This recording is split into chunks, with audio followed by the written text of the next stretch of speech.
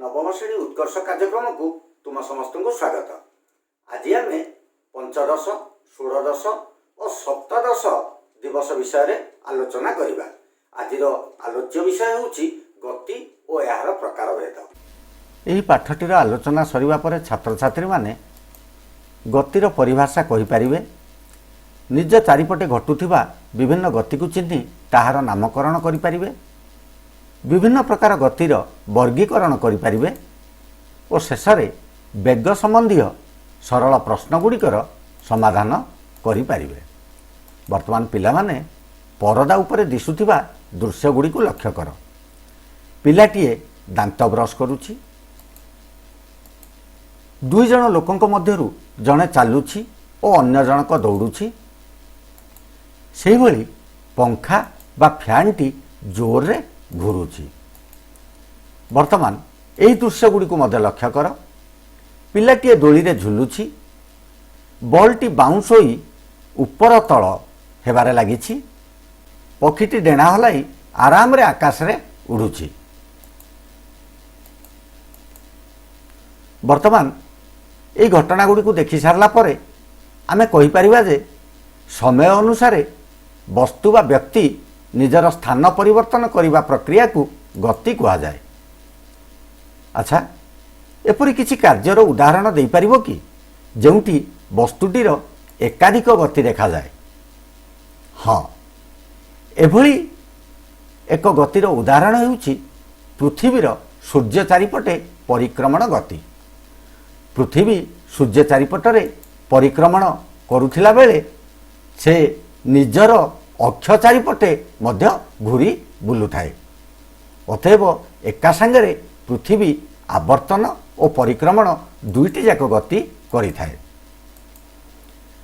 वर्तमान पिला माने मनेकर गोटे वस्तु ए ठारू बाहरी बी ठारे पहुंचिला। चित्र को लक्ष्य कर। से ए ठारू बाहरी सीधा रास्ता दे बी ठारे पहुंचिला। तेबे ए ठारू बाहरी बी ठारे पहुंचवा निमंते अन्य किछि रास्ता संभव कि?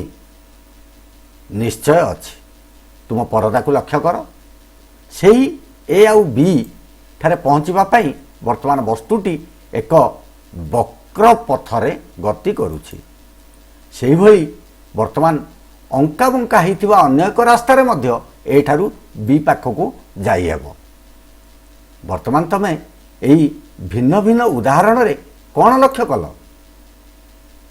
प्रत्येक क्षेत्र रे वस्तुटी गति करुथिले मध्य गतिर दिग अलगा अलगा होइथाए। मनेकर गोटे वस्तु बा गाड़ी भुवनेश्वर बाहरी पुरी ठारे पहुंचिला। एही दूरता अतिक्रम करिबा पई ताकू निहाती किछि घंटा और मिनिट समय लागिथिबो। तेबे समस्त लोक जो माने भुवनेश्वर बाहरी पुरी जाती से समस्त लोक कौन से एका समय लागिबो? ठीक भाविच। भिन्न भिन्न व्यक्ति बा वस्तु को अलगा अलगा समय लागिबो। अतएव वस्तुटीर गति को आकलन करिबा निमंते से निर्दिष्ट दूरता अतिक्रम निमंते केते समय नेउछि ताहार हिसाब करिबा आवश्यक। एही हिसाब कले जहा उत्तर मिलिबो ताहाकू वस्तुटीर वेग बोली कुहा जाए। अतएव वेगर संज्ञा हेउछि एकक समय मध्यरे वस्तु अतिक्रम करुथुबा दूरता को वेग कुहा जाए। वर्तमान देखिबा ए गति केते प्रकारर। केतोटी गतिर मु ना लिखिछि। धरा जाऊ इतस्तत गति, स्थानांतरीय गति, आवर्ती गति तथा दोलन गति। एबे आस ए भितरु गोटे गोटे गति संबंध रे आमे पढ़िबा। प्रथमे देखिबा इतस्तत गति कहले कोन? पिला माने एभली गति रे वस्तुटी कोनोसी निर्दिष्ट पथरे गति करि न थाए। एपट सेपट मन इच्छा विभिन्न रास्तार से गति करि थाए। उदाहरण स्वरूप प्रजापतिर गति देख। चित्र रे अनेक गुड़ाए प्रजापति केमिति मन इच्छा किए केतबेले केउ दिगरे गति करुछि ताहा किछि ठीक भावरे कहि हेबो नाही। एभली गति को इतस्तत गति बोली कुहा जाए। सेहि भली ଏକ ଅକ୍ଷ ଚାରିପଟେ ବା ଏକ ବିନ୍ଦୁ ଚାରିପଟେ ବସ୍ତୁର ଗତିକୁ ଆବର୍ତ୍ତି ଗତି କୁହାଯାଏ। ଚିତ୍ରଟିକୁ ଲକ୍ଷ୍ୟ କର, ଗୋଟାଏ ଚକ୍ରାକାର ପଥରେ ଚକ୍ରାକାର ପଥଟି ବା ଚକଟି କେମିତି ନିଜ ଅକ୍ଷ ଚାରିପଟରେ ଘୁରି ଚାଲିଛି ଏବଂ ଦ୍ୱିତୀୟ ଚିତ୍ରରେ ଗୋଟାଏ ବୃତ୍ତାକାର ବସ୍ତୁର କେନ୍ଦ୍ର ଚାରିପଟରେ ବା ବୃତ୍ତାକାର ପଥରେ ଲୋକଟିଏ କେମିତି ଘୁରି ବୁଲୁଛି। ଏଭଳି ଗତିକୁ ଆବର୍ତ୍ତି ଗତି କୁହାଯାଏ। ବର୍ତ୍ତମାନ ଅନ୍ୟ ଏକ ଗତି ହେଲା ଦୋଳାୟମାନ ଅବସ୍ଥାରେ ବସ୍ତୁର ପୁନଃ ପୁନଃ ବା ଏପଟ ସେପଟ ଗତିକୁ ଦୋଳନ ଗତି କୁହାଯାଏ।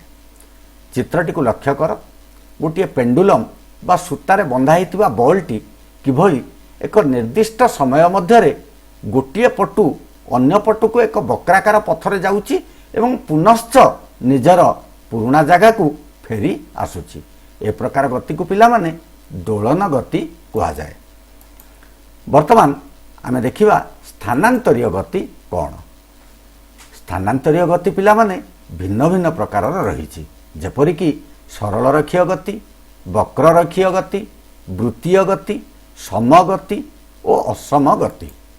ସେ ଭିତରୁ ବର୍ତ୍ତମାନ ଲକ୍ଷ୍ୟ କର କିଭଳି ଆଲୋକ ରଶ୍ମିଟିଏ ଏକ ସରଳ ରେଖାରେ ଗତି କରୁଛି। ସେ ଗୋଟିଏ ଦିଗରୁ ଆଉ ଗୋଟିଏ ଦିଗକୁ ଆଲୋକ ସରଳ ରେଖାରେ ଗତି କରେ ବୋଲି ଆମେ ଜାଣିଛେ। ଏଭଳି ଗତିକୁ ସରଳ ରେଖୀୟ ଗତି କୁହାଯାଏ। ଠିକ୍ ସେହିଭଳି ଏଠାରେ ଲକ୍ଷ୍ୟ କର ଯେ ରିବନଟି ବା ଫିତାଟି କିଭଳି ଅଙ୍କା ବଙ୍କା ରାସ୍ତା ଦେଇ ସେ ଗତି କରୁଛି। ଏଭଳିଆ ବକ୍ର ପଥରେ ଗତି କରୁଥିବା ଗତିକୁ ବା ବସ୍ତୁର ଗତିକୁ ଆମେ ବକ୍ର ରେଖୀୟ ଗତି କହିଥାଉ। ଏଭଳି ଆମର ଗ୍ରାମରେ ବା ସହରରେ ଅନେକ ଗୁଡ଼ାଏ ଅଙ୍କାବଙ୍କା ରାସ୍ତାରେ ରହିଥାଏ। ସେହି ରାସ୍ତାରେ କାରର ଗତି ମଧ୍ୟ ଏହି ବକ୍ର ରେଖୀୟ ଗତିର ଅନ୍ତର୍ଭୁକ୍ତ ହେବ। ବର୍ତ୍ତମାନ ଆଉ ଗୋଟିଏ ବିଷୟ ଆମେ ଆଗରୁ ଆଲୋଚନା କରିସାରିଛେ ଯେ ପୃଥିବୀର ପରିକ୍ରମଣ ଗତି। ଦେଖ କିଭଳି ଏକ ବୃତ୍ତାକାର ପଥରେ ପୃଥିବୀ ସୂର୍ଯ୍ୟ ଚାରିପଟରେ ଏଇଭଳି ପରିକ୍ରମା କରୁଛି। ଏଭଳିଆ ଗତିକୁ ବୃତ୍ତୀୟ ଗତି କୁହାଯାଇଥାଏ। ଠିକ୍ ସେହିଭଳି ସମାନ ସମୟ ବ୍ୟବଧାନରେ ସମାନ ସମାନ ଦୂରତା ଅତିକ୍ରମ କରୁଥିବା ଗତିକୁ ସମଗତି କୁହାଯାଏ। ଚିତ୍ରଟିକୁ ଲକ୍ଷ୍ୟ କର, ଏଠାରେ ଗୋଟିଏ କାର୍ ପ୍ରଥମ ଘଣ୍ଟାରେ 10 କିଲୋମିଟର, ଦ୍ୱିତୀୟ ଘଣ୍ଟାରେ 10 କିଲୋମିଟର, ତୃତୀୟ ଘଣ୍ଟାରେ 10 କିଲୋମିଟର ଏବଂ ଚତୁର୍ଥ ଘଣ୍ଟାରେ ମଧ୍ୟ ସେହି ସମାନ 10 କିଲୋମିଟର ରାସ୍ତା ଗତି କଲା।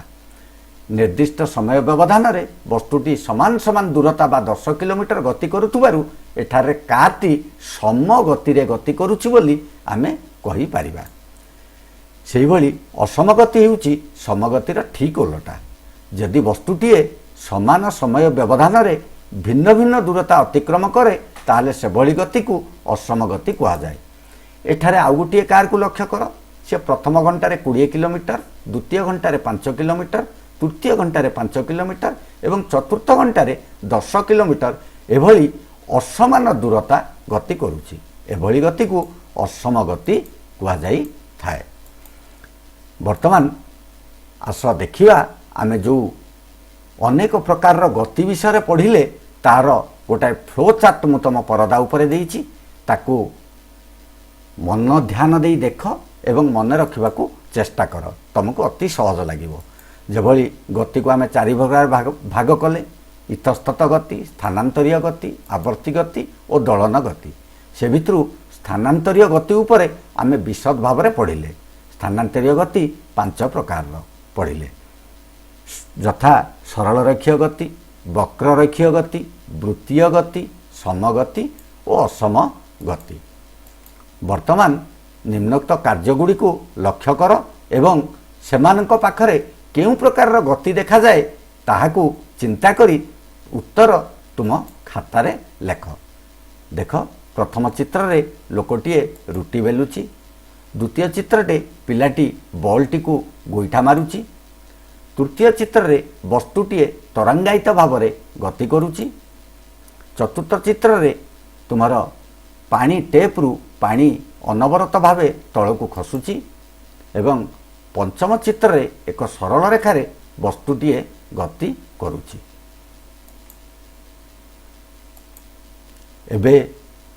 ତୁମେ ତୁମ ଅଭ୍ୟାସ ପୁସ୍ତିକାର କାର୍ଯ୍ୟଫର୍ଦ୍ଦ 15, 16 ଓ 17 ସମାଧାନ କରିବାକୁ ଚେଷ୍ଟା କର। ଲକ୍ଷ୍ୟ କର ତୁମ ପରଦା ଉପରେ କାର୍ଯ୍ୟଫର୍ଦ୍ଦ 15, କାର୍ଯ୍ୟଫର୍ଦ୍ଦ 16 ଓ କାର୍ଯ୍ୟଫର୍ଦ୍ଦ 17 ଦିଆଯାଇଛି। ତାକୁ ମନ ଧ୍ୟାନ ଦେଇ ପଢ଼ ଓ ସମାଧାନ କରିବାକୁ ଚେଷ୍ଟା କର। ତୁମ ସମସ୍ତଙ୍କୁ ଅଶେଷ ଅଶେଷ ଧନ୍ୟବାଦ।